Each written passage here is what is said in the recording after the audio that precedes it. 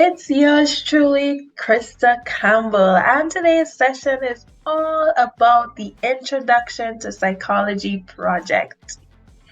Particularly, I will cover the project's context and goals, the learner analysis, which focuses on how learner needs will be accommodated in multimedia selections, the design concept, zeroing on how multimedia can contribute to learner achievement of course objectives, the description, application, and rationale for the multimedia selections, and the project plan.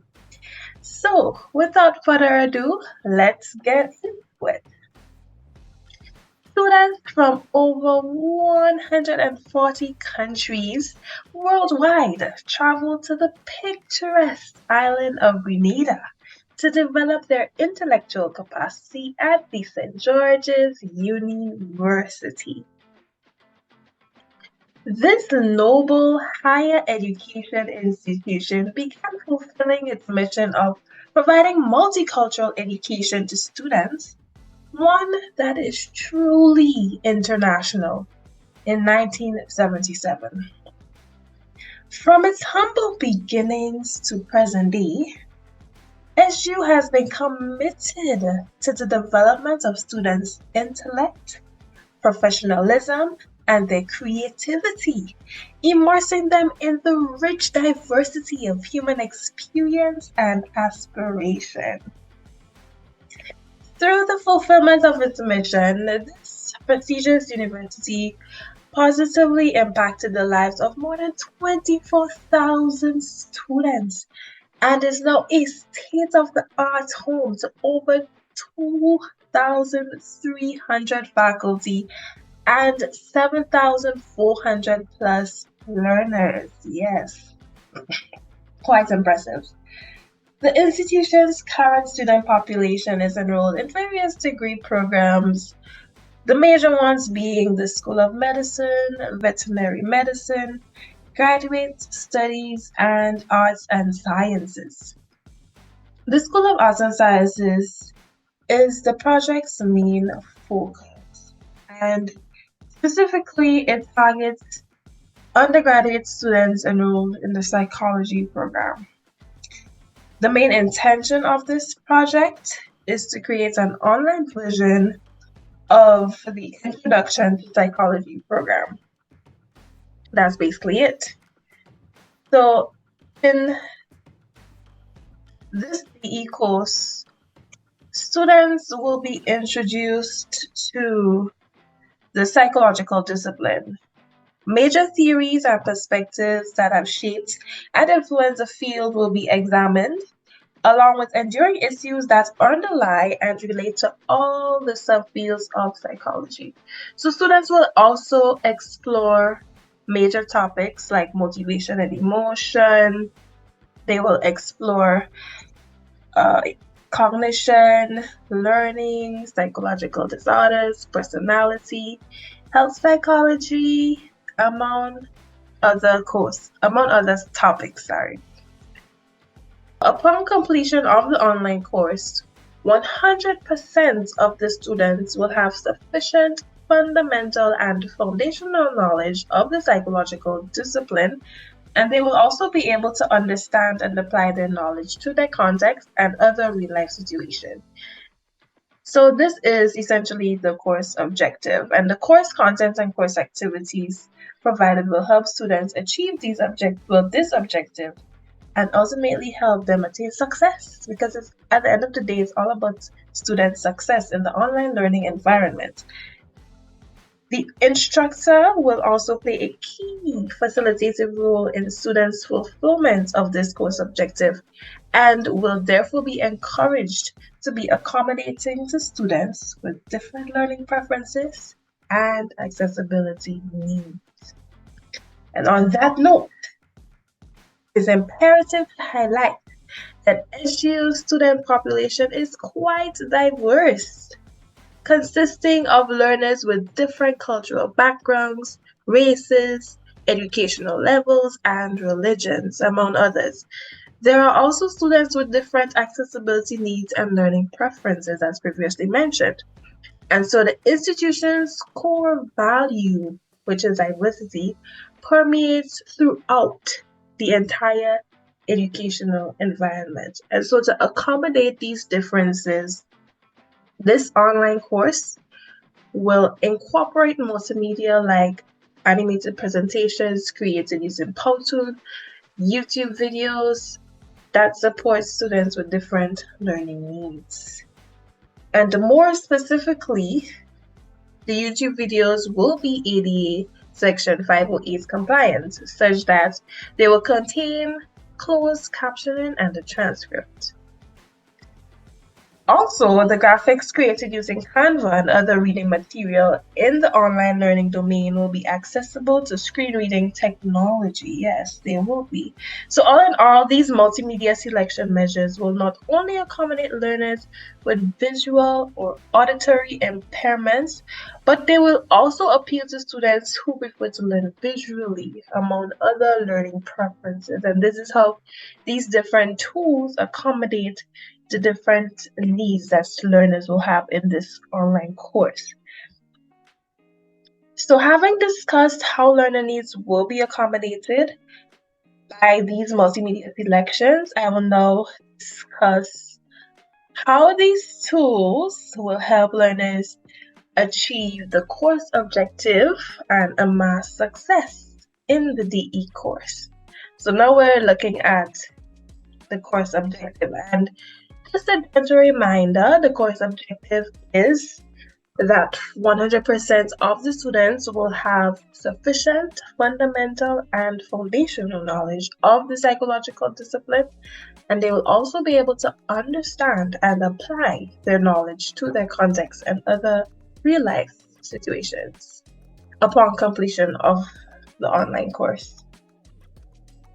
So have this in mind, let's look at the target audience with accessibility needs. Now, the ADA compliant multimedia, like the captioned YouTube videos, can lead to positive outcomes for students with disabilities.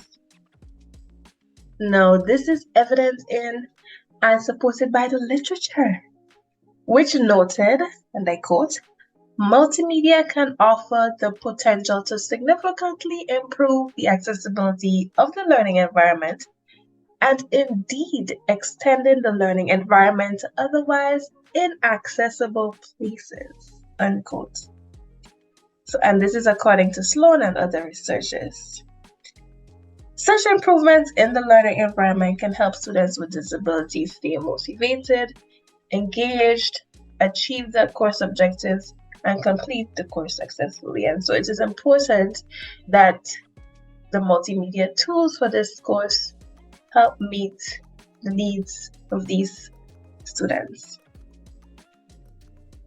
Now, another measure is the incorporation of Kahoots, and this can help students meet the objectives and amass success, especially learners with impairments. In fact, researchers pointed out that multimedia educational games can be aimed at increasing the ability of individual intellectual disability in various ways, not only in the academic field.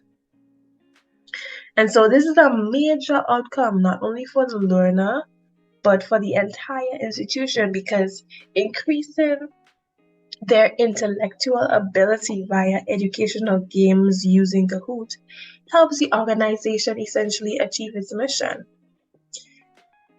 As it pertains to students with different learning preferences, that is visual, auditory, and so visuals created using Canva and Powtoon can help students gain a better understanding of the foundational knowledge of the psychological sphere. Yes, in fact, some researchers postulated that visual learning can increase students' understanding of abstract concepts, those difficult concepts that can pose a challenge to understand, because a student's perception of ideas can be enriched by visual example.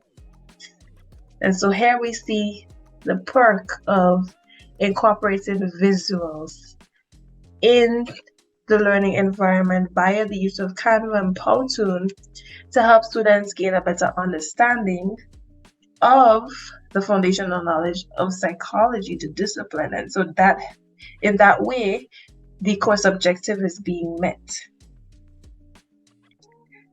And so the multimedia selections can not only address the various accessibility issues and learner preferences of the target audience, but in so doing, they can also help students meet the course objectives and achieve success. Now it's time to zero in on the tools themselves and see how they can be applied in the online Introduction to Psychology course. First up, there's Zoom. It is a top-rated communication and collaboration platform that helps people connect easier, collaborate better, and innovate anytime and anywhere via video conferences, virtual meetings, webinars, and recordings. And how is it applied, or how will it be applied in this online course? Is that the psychology students and the instructor can use it to connect and collaborate with each other, so they can have synchronous sessions, they can record their presentations, they can play educational games like Kahoot and among other things. So they can use Zoom basically to connect and collaborate with each other in this online course. Kahoot is a terrific game-based online learning platform. Indeed it is. And it is used to engage, motivate, and make students' learning experience an awesome one. It can be used in this ZE course in synchronous virtual sessions via a video conferencing tool like Zoom, as previously mentioned. So basically, the game is displayed on the shared screen, and the students will submit their responses on their own device. And it can also be used in an asynchronous format for the students who are, since this courses will be delivered asynchronously, fully online, in an asynchronous format, then it can be used in this way for review and formative assessments. And in this case, the game will be student-based and the timer can be turned off to reduce that stress and pressure that some students may experience, and to make it more fun. Canva. It is a remarkable graphic design tool that can be used to design an array of visuals like flyers, infographics, banners, logos, and social media posts. Students and the instructor in this DE course can use Canva to create visual content and collaborate with each other. And next up, we have YouTube. And this is a social media platform that can be used to share video content with others, obtain information, get inspiration, or for entertainment purposes. This tool also gives people a voice. Videos can be incorporated as part of the course content in this DE course, as it can also be, the videos can also be incorporated as a supplemental resource, or instructors can use videos to guide and support students throughout the learning process in the online learning course. So these are some ways that YouTube videos can be used in this DE course. Finally, we have Powtoon, and it is an animation software used to create animated visuals like presentations, educational materials, and videos. And for this course, students and the instructor alike can use it to create professional looking and engaging videos and presentations in minutes without any design or technical skills. And what I love about these tools, especially the YouTube videos and the Powtoon presentations and videos and educational materials, it can be used to capture students' attention to gain their attention, which is in accordance to the first events of Ghani's 9 events. of instruction, and also it is also aligned with Keller's arc model, which is attention, being A in Keller's arc model.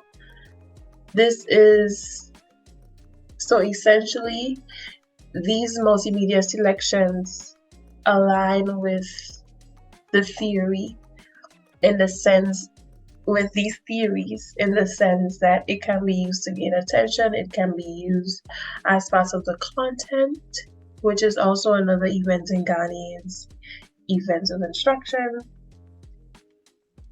and it is also related to Keller's arc model. So all in all, these applications, the incorporation of it has some theoretical underpinnings. The use of it has theoretical underpinnings there. All in all, these applications were selected not only because they help learners achieve the course objective and meet their needs, but also because they are quite user-friendly and help enhance students' engagement, interaction, and motivation in the online learning sphere. So this is essentially the rationale for these multimedia selections. And so, before the curtains come down on this project presentation, I'll talk a little bit about, drumroll, yes, the project plan. That is the team members, their responsibilities, the projected timeline, and the estimated cost. First up for discussion is the timeline, and the estimated timeline for the project or for project completion is 2 months. So here's a breakdown. As highlighted in the image, the first 2 weeks, of the project has been dedicated to completing the learner contextual and multimedia analysis for the online course. Upon completion of this front-end analysis, after all the data has been gathered, then we are going to move on, or the team rather will move on to the design and development of the course, and 2 weeks will be devoted to doing so. Now, this development phase gives the instructional designer and the course developer the time to coordinate with each other and put the various elements like the course content, activities, etc. together during this period. And once complete, the course will be piloted in a 2-week window. And upon completion of this trial implementation phase, the course will be evaluated in another 2-week period through the attainment of feedback from the pilot group of students. All right, and so that in total, it will be 2, 4, 6, 8 weeks, which is essentially 2 months.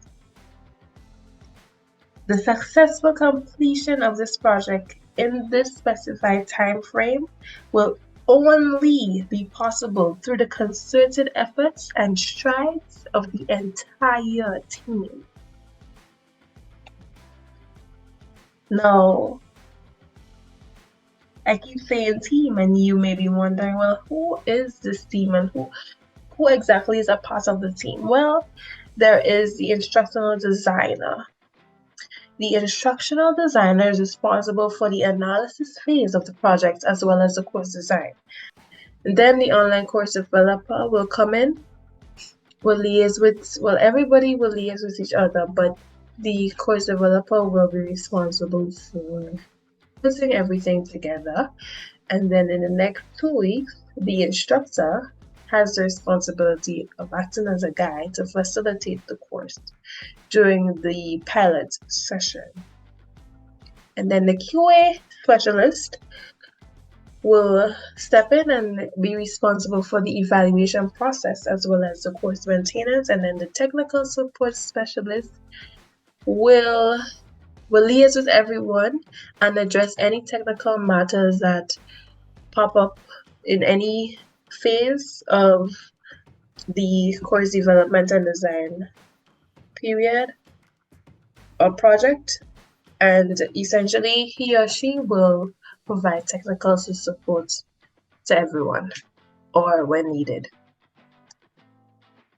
And now we're going to talk money, because this will cost something. And to be more precise, labor costs will be a major cost factor of the project. Altogether, the project amounts to just about $11,335.20. And in terms of the breakdown, which can be seen in this table here, it shows the hourly rates of each team member obtained from sources like ZipRecruiter, which is then multiplied by 80 hours. So let's take the instructional designer, for example. The hourly rate obtained from sources like ZipRecruiter for an instructional designer who will be contracted for this project is $39, and you multiply that by 80 hours, which, because the instructional designer typically is given 2 weeks to finish everything. And when I say 2 weeks, I don't mean the entire 2 weeks, like weekends and so. It will be a 40-hour work week. So when I say 2 weeks, I mean 2 40-hour week, and that will come up to 80 hours.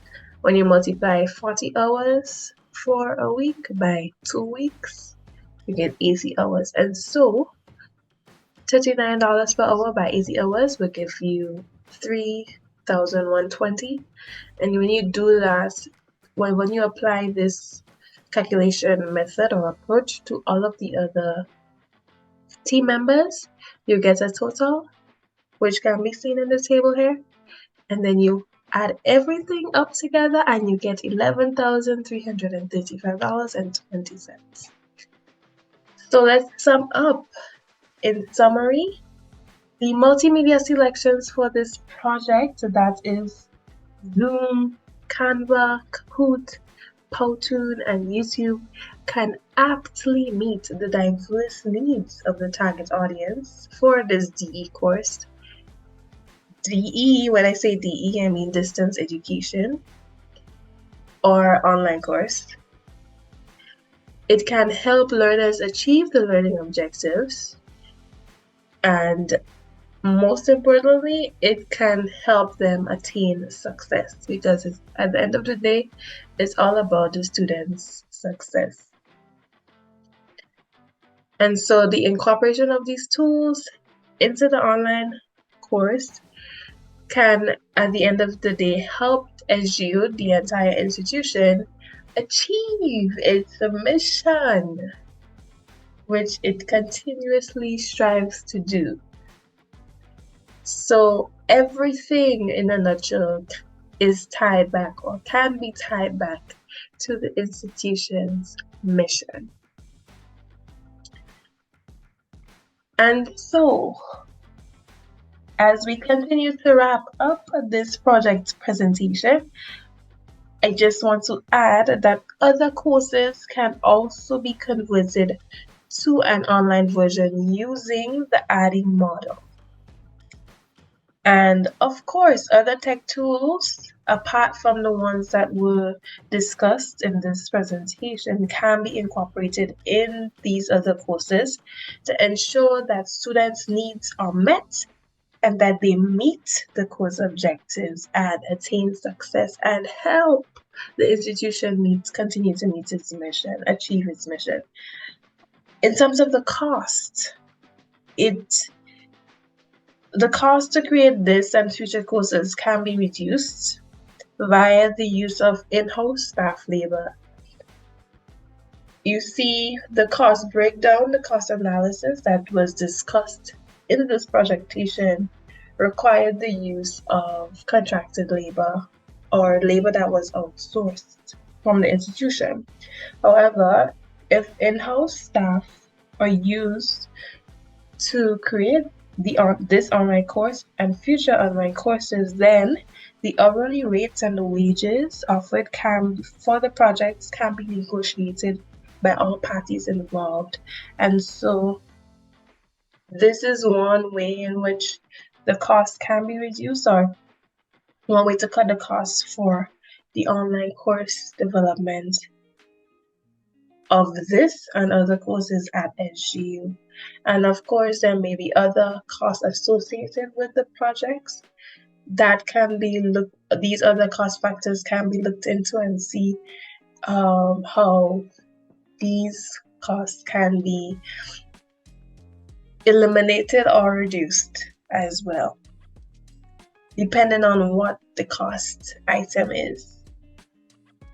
And so these are the references that were used in this project presentation. And folks, that's a wrap. Thank you so very much for your time and attention. It is very much appreciated, and as always, I look forward to your feedback. Thank you so